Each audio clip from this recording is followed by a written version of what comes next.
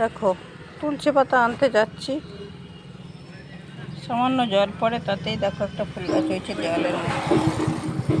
মাটিতেও হয়নি, দেওয়ালে হয়েছে। দেওয়ালে দেখছো, দেওয়াল থেকে গাছটা হয়েছে, অনেক ফুল ফুটেছে। আচ্ছা, এই যে দেখো দুর্বাগুলোকে মারবে বলে বিষ দিয়েছে, দেখতে পেয়েছ?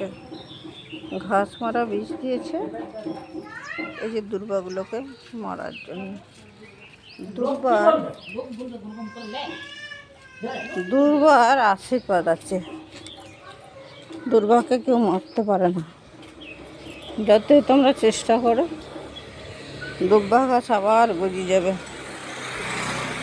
দুর্বার আশীর্বাদ আছে, দুর্বার আশীর্বাদ ছাড়া, দুর্বার আশীর্বাদ আছে বলে সে মরে না। যতই মারার চেষ্টা করো, কিছুদিন পর দেখো কত সুন্দর ফুল আমাদের এখানে। এইটা হচ্ছে আমাদের বাড়ির ভিতরের দিক, কত নয়নতারা ফুলের গাছ দেখো,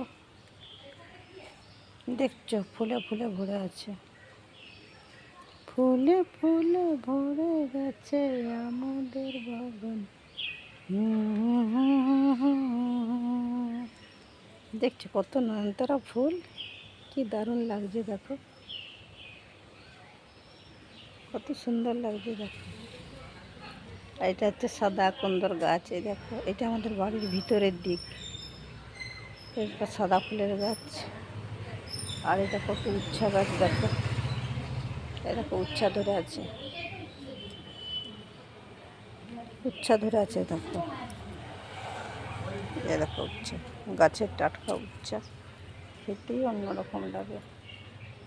অনেক হয়েছিল, এখন এই গরমের জন্য সব গাছগুলো নষ্ট হয়ে গেছে, মরে যাচ্ছে। প্রচুর গরম, রোদের খুব তাপ।